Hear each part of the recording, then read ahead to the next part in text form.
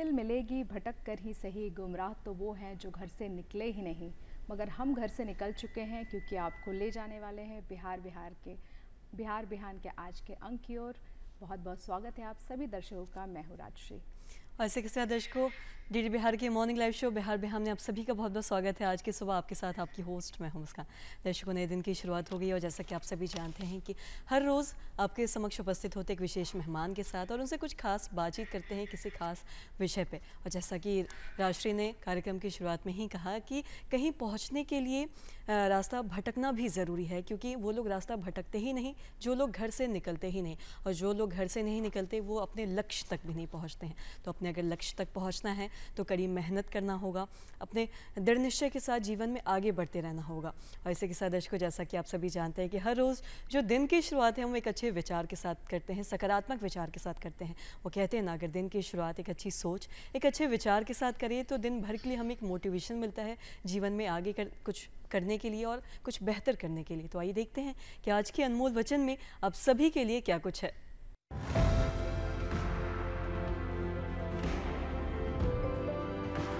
प्रसन्नता ही एकमात्र ऐसा इत्र है जिसे आप दूसरों पर छिड़कते हैं तो कुछ बूंदें आप पर भी पड़ती हैं। महात्मा गांधी।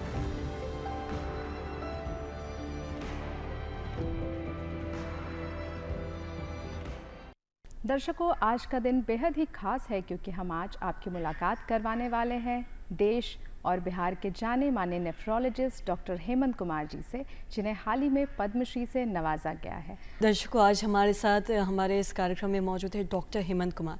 आपको बता दें कि सिर्फ एक चिकित्सक विशेषज्ञ नहीं, इन्होंने बिहार में किडनी स्वास्थ्य को बेहतर बनाने के लिए बहुत कार्य किए हैं और साथ ही सभी के लिए एक प्रेरणा स्रोत हैं। और साथ ही आपको बता दें कि भारत के चौथे सर्वोच्च नागरिक सम्मान से भी इनको नवाजा गया है, इन्हें पद्मश्री से नवाजा गया है। सर, बहुत बहुत स्वागत है आपका हमारे इस खास कार्यक्रम में। आप लोगों को धन्यवाद। सर, इतने सारे सम्मान, इतने सारे अवार्ड्स आपको मिले हैं, लेकिन ये जो खास करके जो पद्मश्री आपको मिला है सर, उसके लिए दूरदर्शन का पूरा परिवार और विशेष रूप से बिहार बिहान की पूरी टीम आपको बहुत बहुत बधाई देती है सर। पुनः धन्यवाद आप लोगों को। सर, सबसे पहले आपसे जानेंगे सर कि इतने सारे अवार्ड्स के लिस्ट में ये जो पुरस्कार अभी आपको 2025 में जो पद्मश्री मिला है सर, उसके बारे में क्या कुछ कहना चाहेंगे सर? क्या एक्सपीरियंस रहा आपका? सर्वप्रथम मैं भारत सरकार और बिहार सरकार को धन्यवाद देना चाहूँगा इस बात के लिए कि मैंने समाज के लिए जो भी कार्य किया उसका जो है उन लोगों ने इसका पहचान किया, और इसी कार्य के लिए, सामाजिक कार्य के लिए, चिकित्सा के क्षेत्र में कार्य करने के लिए मुझे सम्मानित किया गया है। तो खुशी हो रही है इस बात के लिए। सर, हम लोग जब भी बात करते हैं अवार्ड की, पद्मश्री एक बड़ा सम्मान है किसी भी नागरिक के लिए, और साथ ही अपने कार्य के लिए पद्मश्री मिलना ये बहुत बड़ी बात है। साथ ही हम जानते हैं आपको कई अवार्ड्स मिले हैं, कई पुरस्कार मिले हैं जो आपके कहीं ना कहीं काम को तराशता और नवाजता भी है। हम आपसे जानना चाहेंगे, अगर हम अवतार इंडिया के बारे में बात करें तो उसके द्वारा आपको दिया गया है द्रोणाचार्य पुरस्कार, जो कहीं ना कहीं एक शिक्षक की मान्यता को कहीं ना कहीं और ज़्यादा बढ़ाता है, उसके महत्व के बारे में बताता है। आपसे जानना चाहेंगे इसके बारे में क्या कुछ आप बताना चाहेंगे, वो एक्सपीरियंस के बारे में क्या बताना चाहेंगे, कैसे? द्रोणाचार्य अवार्ड दिया जाता है उन नेफ्रोलॉजिस्ट को जो कि एक बहुत अच्छे टीचर रहे हैं जी। तो मैं शुरू से ही नेफ्रोलॉजी जब से ज्वाइन किया तो नेफ्रोलॉजिस्ट के रूप में तो काम किया ही, और एक ट्रेनर के रूप में भी काम किया, और मैं टीचर रहा मेडिकल कॉलेज में, मेडिकल इंस्टीट्यूशन में, और उसी क्वालिटी ऑफ वर्क के लिए मुझे द्रोणाचार्य अवार्ड से नवाजा गया। और ये बेंगलोर में पिछले साल मुझे प्राप्त हुआ। एक बहुत बड़े प्रोग्राम में ये अवार्ड हमें दिया गया था। सर, जैसा कि हम जानते हैं राष्ट्रीय लेवल के 4 पुरस्कार आपको अब तक प्राप्त हो चुके हैं, और सर जब ये पद्मश्री जब आपको प्राप्त हुआ सर, सबसे पहले जब आपके पास ये खबर पहुंची तो सर वो पहली प्रतिक्रिया जो थी सर, वो हमारे दर्शक ज़रूर जानना चाहेंगे। मुझे बहुत खुशी हुई ये जान करके कि मैंने नेफ्रोलॉजी के क्षेत्र में जो भी कार्य किया जी, उसकी पहचान लोगों के बीच हुई और सरकार के बीच भी इसकी पहचान हुई, और मुझे इसी कार्य के लिए सम्मानित किया गया।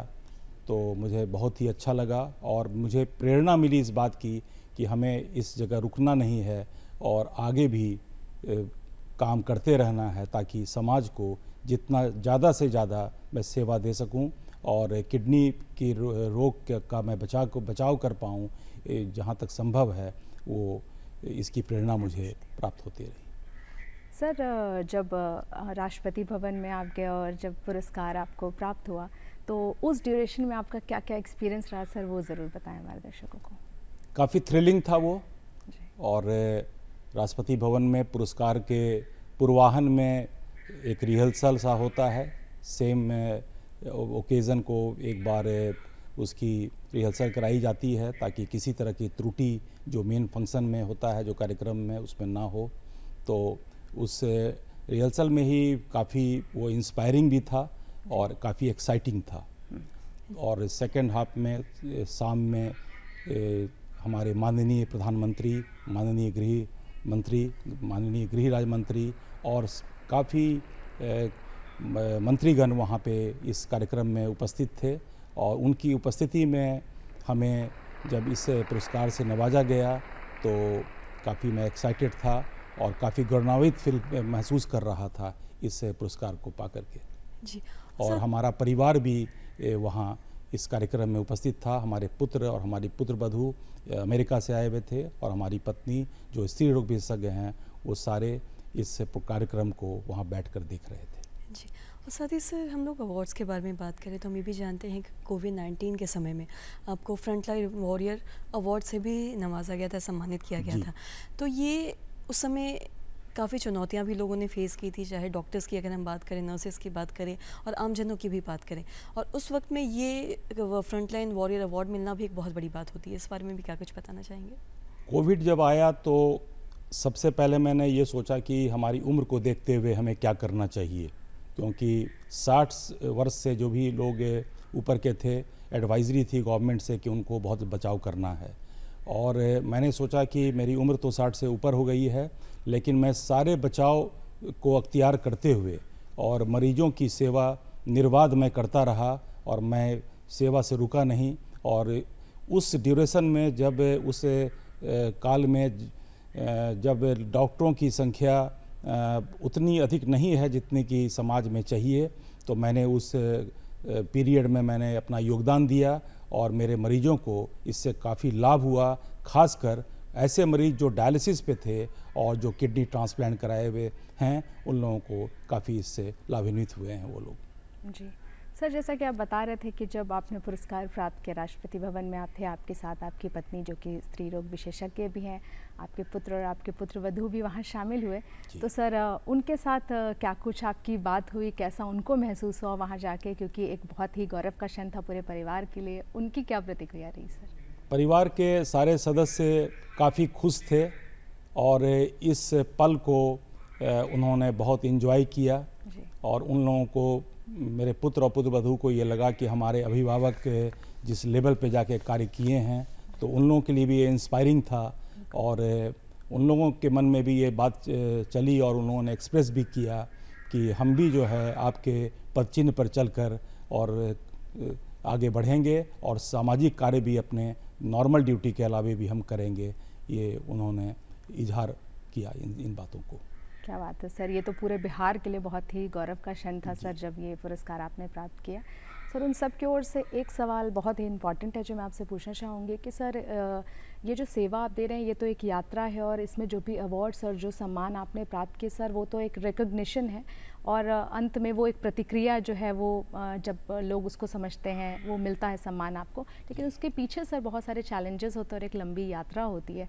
तो उसके बारे में, उन चैलेंजेस के बारे में क्या कुछ कहना चाहेंगे? जब मैं कार्य करना शुरू करता हूँ तो चैलेंजेस तो होते हैं, बट उसको मैं दरकिनार करके चलता हूँ, और इसके लिए मैं बिल्कुल तैयार रहता हूँ कि कोई भी मेरे कार्य के रास्ते में अगर अवरोध आएगा तो उसका मैं सामना करूँगा, और ईश्वर की कृपा से मुझे हमेशा इसमें सफलता मिली है। सर, हम लोग अभी हमने आपके अवार्ड्स के बारे में बात किया, हमने जाना कि आपको जो पद्मश्री से सम्मानित किया गया था तो वो कैसे फीलिंग रही, और साथ ही साथ तमाम चीज़ों पे बातचीत की। साथ ही हम सर मेडिकल क्षेत्र की अगर हम बात करें तो जब भी देखते हैं मेडिकल क्षेत्र की बात आती है तो इसे एक सेवा भाव के रूप में देखा जाता है इस क्षेत्र को। मैं आपसे जानना चाहूँगी, ये जो डॉक्टर का जो लाइन था या मेडिकल क्षेत्र था, इसमें आपका कैसे आना हुआ, और साथ ही साथ अगर हम स्पेशलाइजेशन की बात करें तो और भी बहुत सारे स्पेशलाइजेशन हैं, तो नेफ्रोलॉजी में आपका कैसे आना हुआ, इस बारे में थोड़ा आप बताएँ। बचपन में जब मैं अस्पताल जाया करता था अपने माता पिता के साथ किसी छोटी या बड़ी बीमारी के लिए, तो मैं वहाँ पे जब चिकित्सकों को मरीज़ देखते हुए देखता था तो मुझे प्रोत्साहन काफ़ी मिला कि एक ऐसा क्षेत्र है जहाँ पे कि सेवा करने की का अवसर बहुत ज़्यादा मिलेगा।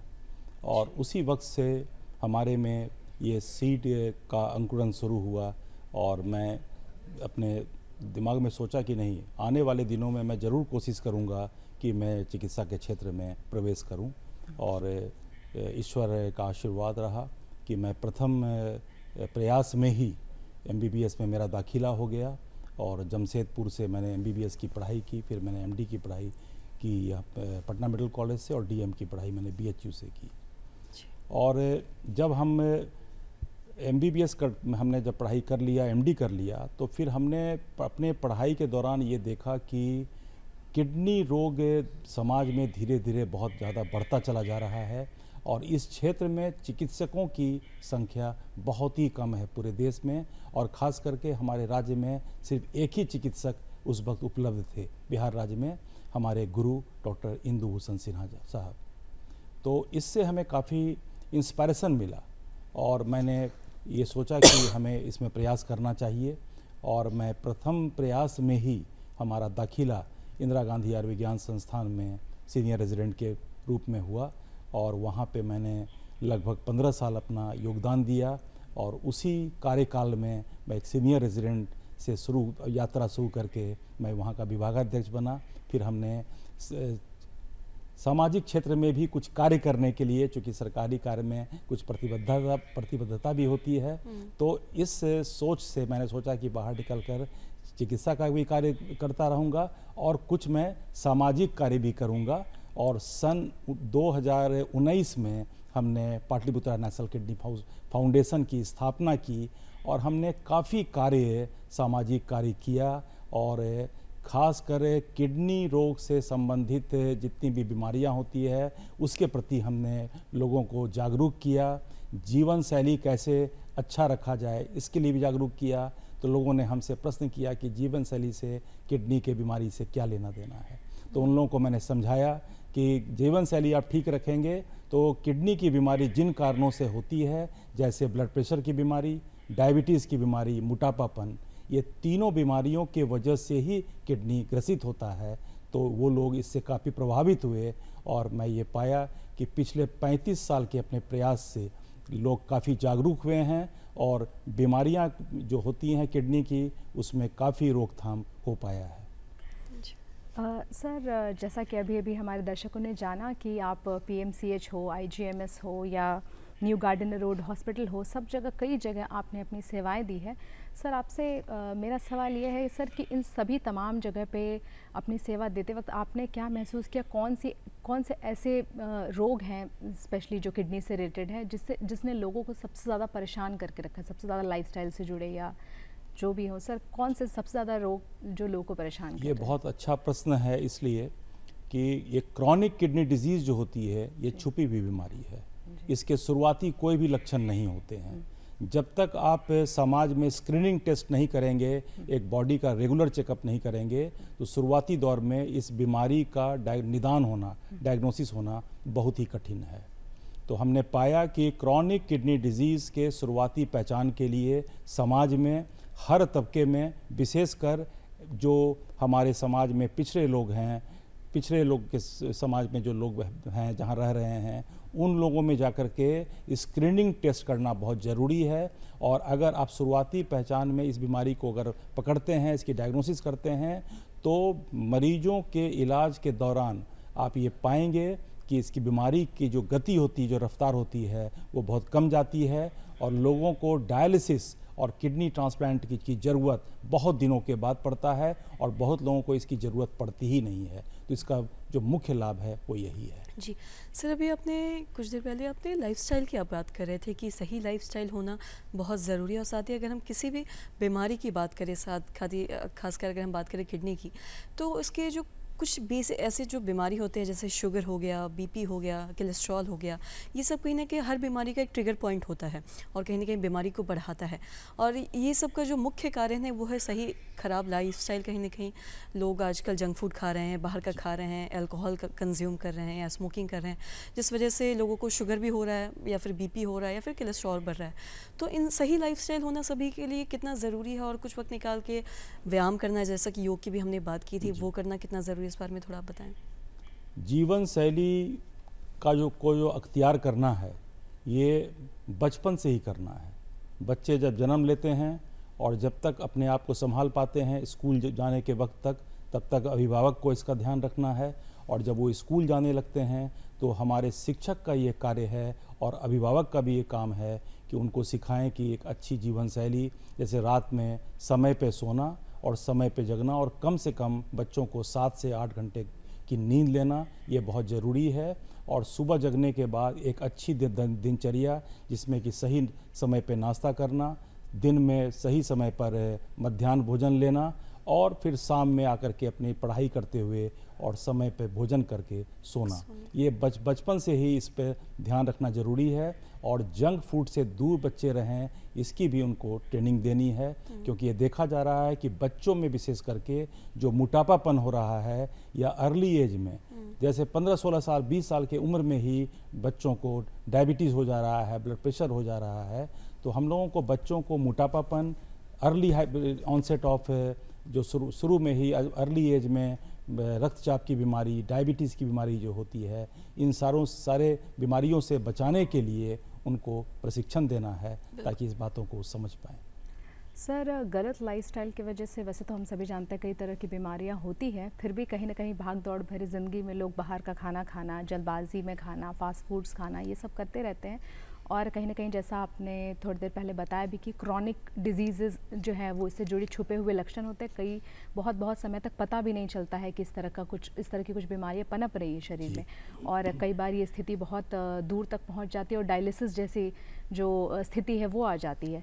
तो सर, जैसा कि हम सभी आपके बारे में जानते हैं कि आपने IGMS में भी डायलिसिस की जो सुविधा है वो आपके प्रयासों का एक फल है। तो सर, क्या कुछ बताना चाहेंगे डायलिसिस के बारे में और किडनी के रोगों के बारे में?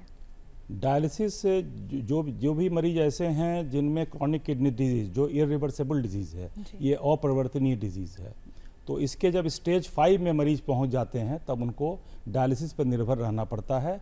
और अमूमन 3 सेशन की आवश्यकता पड़ती है, बट आर्थिक स्थिति के कारण ज़्यादातर मरीज 2 डायलिसिस ही पर वीक करा पाते हैं। तो उनको एक क्वालिटी डायलिसिस, अगर गुणवत्ता डायलिसिस की अच्छी रहे तो डायलिसिस करा करके लोग 2 दशक से भी ज़्यादा जीवन व्यतीत कर सकते हैं। तो क्वालिटी ऑफ डायलिसिस पे भी जो है हर सेंटर को ध्यान देना चाहिए और हम लोग इस पे विशेष करके ध्यान रख रहे हैं कि मरीज को जो भी डायलिसिस दी जा रही है उसकी क्वालिटी काफ़ी मेंटेन रहे। सर, क्या ये क्वालिटी मेंटेन रहने का क्या मतलब है सर? थोड़ा हमारे दर्शकों को क्वालिटी मेंटेन करने का मतलब है दोनों तरफ से, बायलैटरल चीज़ है। मरीज अपने समय पे आके डायलिसिस करें और चिकित्सक के द्वारा बताए हुए जो भी दवाइयाँ हैं और जो खान पान में जो भी बदलाव लाना है किडनी के मरीजों के लिए, उसको वो मेंटेन करें। ये हुई मरीज की तरफ की बात। और दूसरी तरफ डायलिसिस सेंटर जो हैं उसमें ट्रेंड डायलिसिस टेक्नीशियन चाहिए जिनको कि अच्छी प्रशिक्षण दी हुई है, और जो स्टेरिलाइजेशन के जो यूनिवर्सल स्टेरिलाइजेशन का जो मेथड है उसको अडॉप्ट करना सेंटर को बहुत ज़रूरी है। और ज़्यादातर सेंटर इसको मेंटेन किए रहते हैं। और मैं अपने पिछले 35 साल के नेफ्रोलॉजी के यात्रा में देखा हूँ कि क्वालिटी ऑफ डायलिसिस हमारे राज्य में बहुत ही इम्प्रूव्ड है, काफ़ी अच्छा हुआ है, और ये देख करके मुझे काफ़ी खुशी होती है जी। और साथ ही सर, मेडिकल क्षेत्र की अगर हम बात करें तो ये एक ऐसा क्षेत्र है जो कहीं ना कहीं इसे एक सेवा भाव के रूप में देखा जाता है। मैं आपसे जानना चाहूँगी, जो भी डॉक्टर्स हैं जो मरीज़ देखते हैं, उनको कुछ वक्त निकाल के अपने काम से अपना वक्त निकाल के जो आमजन है, जो गरीब तबके के लोग हैं, उनके लिए अपना थोड़ा समय देना, उनका इलाज करना कितना ज़रूरी मानते हैं आप? इस बारे में भी क्या कहेंगे? ड्यूटी करना तो एक बाउंड चीज़ हो गया कि आप पे एक ऐसा आप किसी जॉब में हैं तो ये प्रोफेशनल चीज़ हो गई कि आपको ड्यूटी करना है। पर मेरा संदेश सब लोगों के लिए ये है कि ड्यूटी के अलावे आप कुछ समय निकालें, खास करके रविवार को आपका जो कार्य का बोझ होता है वो कम होता है, तो वॉलंटियरिंग करना वो बहुत ज़रूरी है। और मैंने अपने जीवन में भी ये शुरुआत किया। 35 साल पहले हम लोगों ने, कुछ लोग, हम लोग मिलकर, चिकित्सक लोगों ने, कुरकुरी एक गांव है पटना में, पटना के सुदूर एरिया में, उसको हम लोगों ने अख्तियार किया और वहाँ पे जाकर के उस विलेज को हम लोग अडॉप्ट किया हम लोगों ने। और हम लोग हर वीक में वहाँ पे जाते थे और लोगों का हेल्थ स्क्रीनिंग करते थे, और जिसमें जो बीमार पाए जाते थे उनका हम लोग चिकित्सा भी करते थे। तो हमारे तरफ से सुझाव ये है कि ड्यूटी से अलग होकर के वॉलंटियरिंग जरूर करिए, और जो समाज के ऐसे लोग जो चिकित्सा का खर्च का वहन नहीं कर सकते हैं, उनको हर तरह की सहायता भी प्रदान कीजिए। और जो डोनेशंस आप उपलब्ध करा सकते हैं डिफरेंट अच्छे वर्गों से, वो भी, उस पर भी जो है पहल करना चाहिए, लोगों को सहायता करना। बिल्कुल, के बारे में भी सर थोड़ा जानना चाहेंगे। हम देखते हैं कि जब भी कोई इंसान काम में इतना ज़्यादा बिजी हो जाता है, खुद के लिए वक्त नहीं निकाल पाता है, तो अपने लिए वक्त निकालना, अपने घर परिवार के लिए वक्त निकालना बहुत ज़रूरी होता है सभी के लिए। मैं आपसे जानना चाहूँगी, कुछ वक्त जब भी आप निकालते हैं अपने लिए, तो क्या कुछ करना पसंद करते हैं, इस बारे में थोड़ा आप बताएं। हमारी हॉबीज़ हैं, जैसे मैं गार्डनिंग बहुत लाइक करता हूँ, और मैं कहानियाँ भी पढ़ता हूँ, खास करके मुंशी प्रेमचंद की कहानी मुझे बहुत पसंद है। और एक ही कहानी को मैं बार बार पढ़ता हूँ, मैं ये पाता हूँ कि हर बार जो है उससे मैं कुछ कुछ ग्रास्प कर पाता हूँ, तो ये मुझे बहुत अच्छा लगता है। जी सर, कहानियाँ पढ़ने के अलावा सर और क्या कुछ करके आप परिवार के साथ समय बिताते हैं सर? कुकिंग में हमारा बहुत इंटरेस्ट है।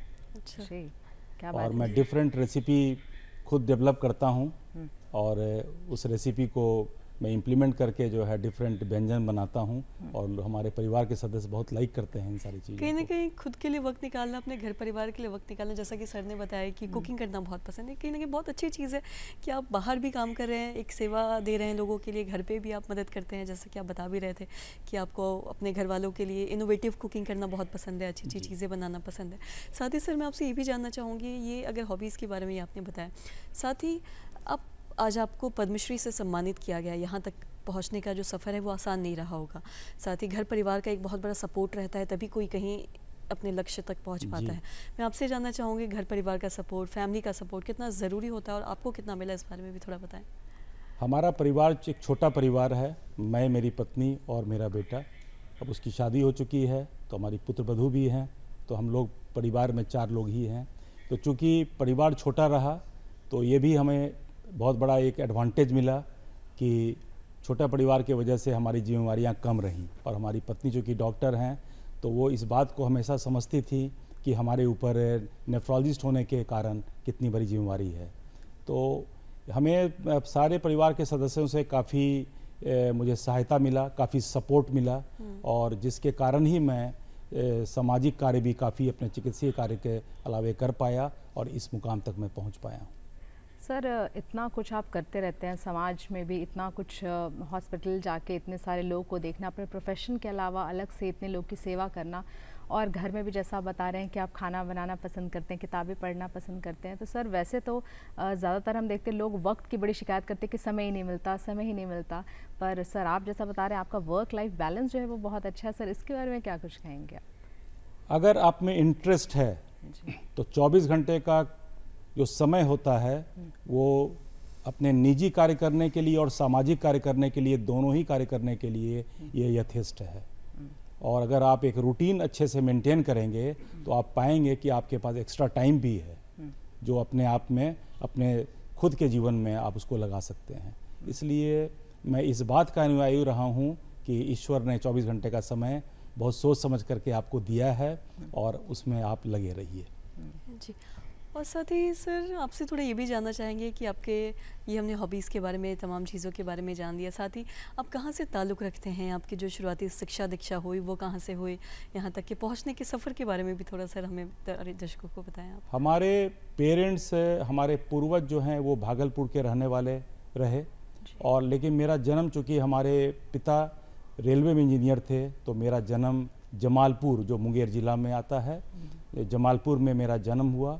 और जब मेरा जन्म हुआ तो मैंने पाया, जब मैं बड़ा हुआ, कुछ जब होश संभाला, तो मैं पाया कि मैं चारों तरफ से अंग्रेज़ों से घिरा हुआ था, क्योंकि वो एक एंग्लो इंडियन सोसाइटी हुआ करती थी, और वो बच्चों को बहुत प्यार किया करते थे वो लोग। तो मैंने उन लोगों से भी ये चीज़ बहुत सीखा। और मेरी स्कूलिंग जो है जमालपुर से ही हुई, और स्कूलिंग करने के बाद मैं भागलपुर से TNB कॉलेज से इंटरमीडिएट किया, और उसके इंटरमीडिएट करने के तुरंत बाद ही मेरा दाखिला MGM मेडिकल कॉलेज जमशेदपुर में हुआ। उसके बाद की जर्नी मैंने आपको बता दिया है कि PMCH आया, फिर BHU से मैंने DM किया। क्या बात है सर, ये आपका जो पूरे ज़िंदगी का जो सफ़र है बहुत ही सुहाना सफ़र है सर। बहुत अच्छा लगा हमें ये जान के जिस तरह से आप अपना काम करते हैं और जो बेस्ट आप अपना देते हैं, अपना प्रोफेशनल लाइफ हो या सेवा करनी हो या अपने परिवार के साथ समय बिताना हो। सर बहुत अच्छा लग रहा है सर आपसे मिलके। और सर थोड़ा हम ये जानना चाहेंगे आपसे कि इन सब कामों के पीछे आपकी जो इनर एक मोटिवेशन जो होता है वो क्या रहता है सर? वो एक ख़ास प्रेरणा जो कहते हैं कि बाहर से आदमी कितनी भी किताबें पढ़ ले या कुछ किसी और से सुन ले, पर इतने आगे बढ़ने के लिए सर आज आप जिस मकाम पे हैं सर, वो क्या ख़ास बात है, वो क्या एक किक है जो कहते हैं कि वो आपके अंदर जो आपको इतने आगे तक लेके आया? जी, ये प्रेरणा जो है इसका सारा श्रेय मैं अपने माता पिता को देना चाहूँगा। जब हमने होश संभाला तो मैंने ये पाया कि मेरे पिता और मेरे माता जी हम लोगों के लिए काफ़ी प्रयासरत रहते थे कि हम लोग अच्छा करें, और उनके इंस्पायरेशन से ही मैं इस मुकाम तक आज पहुंच पाया हूं। ये मैं आप सबों को बताना चाहूँगा। सर आज की युवा पीढ़ी जो मेडिकल फील्ड में आना चाहती है, और जैसा कि आप थोड़ी देर पहले बता भी रहे थे कि नेफ्रोलॉजी में थोड़े कम उतने ज़्यादा जो डॉक्टर्स हैं वो नहीं हैं, तो सर इसके बारे में सर क्या कहना चाहेंगे? किस तरह से आज की युवा पीढ़ी इस फील्ड में आ सकती है और अपना योगदान दे सकती है? जब MBBS की पढ़ाई होती है जी, तो MBBS के कोर्स कंप्लीट होने के वक्त ही ज़्यादातर बच्चे इस पर विचार कर लेते हैं कि मुझको किस ब्रांच में जाना है। और जो इसकी जागरूकता जो नहीं रही नेफ्रोलॉजी के मेडिकल छात्रों में, उसका कारण ये रहा कि नेफ्रोलॉजी की पढ़ाई पे जोर बहुत कम दिया जाता है MBBS के कोर्स में। अच्छा। और हम लोग जब से इस क्षेत्र में कार्य कर रहे हैं तो हम लोगों ने नेफ्रोलॉजी के विषय पे बहुत ज़्यादा एम्फेसिस दिया, और यही कारण है कि आज के जो बच्चे हैं, जो मेडिकल के छात्र हैं, उनमें काफ़ी इंटरेस्ट क्रिएट हो गया है नेफ्रोलॉजी में जाने का। और देखा जा रहा है कि काफ़ी बच्चे नेफ्रोलॉजी के क्षेत्र में ऑप्ट कर रहे हैं कि मैं अपना कैरियर नेफ्रोलॉजी में बनाऊं, क्योंकि इसकी आवश्यकता है, और किडनी की बीमारी अमूमन पूरे देश में काफ़ी बढ़ते चली जा रही है। जी, और साथ ही सर आप हमारे इस कार्यक्रम में आए, आपने तमाम चीज़ों के बारे में बातचीत हमने की है। साथ ही आप उन जो तमाम दर्शक, जो व्यूवर्स हमें देख रहे हैं, जो युवा आज इस प्रोग्राम को देख रहे हैं, उन सभी को आप क्या कुछ मैसेज देना चाहेंगे? जैसा कि आपको पद्मश्री से सम्मानित किया गया है, एक बड़ी चीज़ है ये किसी भी नागरिक के लिए, तो अपने लक्ष्य तक पहुँचने के लिए मेहनत, दृढ़ निश्चय की ज़रूरत होती है। तो इसको लेके आप क्या कुछ एक मैसेज देना चाहेंगे सारे दर्शकों को? मेरा मैसेज, संदेश यही रहेगा कि अपने कार्य को बहुत ईमानदारी से करिए, और किसी भी तरह के सम्मान पाने की लालसा ना रखें। कार्य करते रहें, आप खुद व खुद सम्मानित हो जाइएगा। बिल्कुल सर, क्या बात है सर। सर आपका ये सफ़र जो है वो हमारे युवाओं के लिए और ख़ासकर उन लोगों के लिए, उन मेडिकल स्टूडेंट्स के लिए जो नेफ्रोलॉजी के क्षेत्र में आना चाहते हैं, उनके लिए तो सर ये बहुत ही प्रेरणादायी है आपका ये सफ़र, और जिस तरह से आपको इतने सारे सम्मान भी मिले हैं सर। मुझे लगता है आप ये हमारा ये अंक देखने के बाद बहुत सारे लोग जो हैं वो सेवा की किसी न किसी तरह से इस क्षेत्र में सेवा से भी जुड़ेंगे और नेफ्रोलॉजी के क्षेत्र में भी जो है आगे कदम बढ़ाएंगे मेडिकल के स्टूडेंट्स। सर बहुत बहुत धन्यवाद आपका, आप यहाँ आए, तमाम जानकारी हम सभी दर्शकों को दी। बहुत बहुत धन्यवाद सर। तो इसी के साथ दर्शकों वक्त तो चला है आपसे अलविदा लेने का, और जैसा कि जाने से पहले हम आपसे रिक्वेस्ट करते हैं, ये गुजारिश करते हैं कि आप हमें खत भेजिए जिससे हम ये जान सके कि आपको आज का ये हमारा कार्यक्रम कैसा लगा। तो दर्शकों फटाफट उठाए पेन कॉपी और नोट करें हमारा पता है कार्यक्रम बिहार बिहार, निदेशक DD बिहार, दूरदर्शन केंद्र पटना, फ्रेजर रोड। साथ ही साथ हमारा पिन कोड है 8000001 और हमारा email ID है director@ddkpatna@gmail.com। दर्शकों हमें उम्मीद है आपको हमारा आज का ये अंक बेहद पसंद आया होगा, इस वादे के साथ कि फिर अगली बार मिलेंगे एक नए मेहमान के साथ। आज के लिए बस इतना ही। धन्यवाद।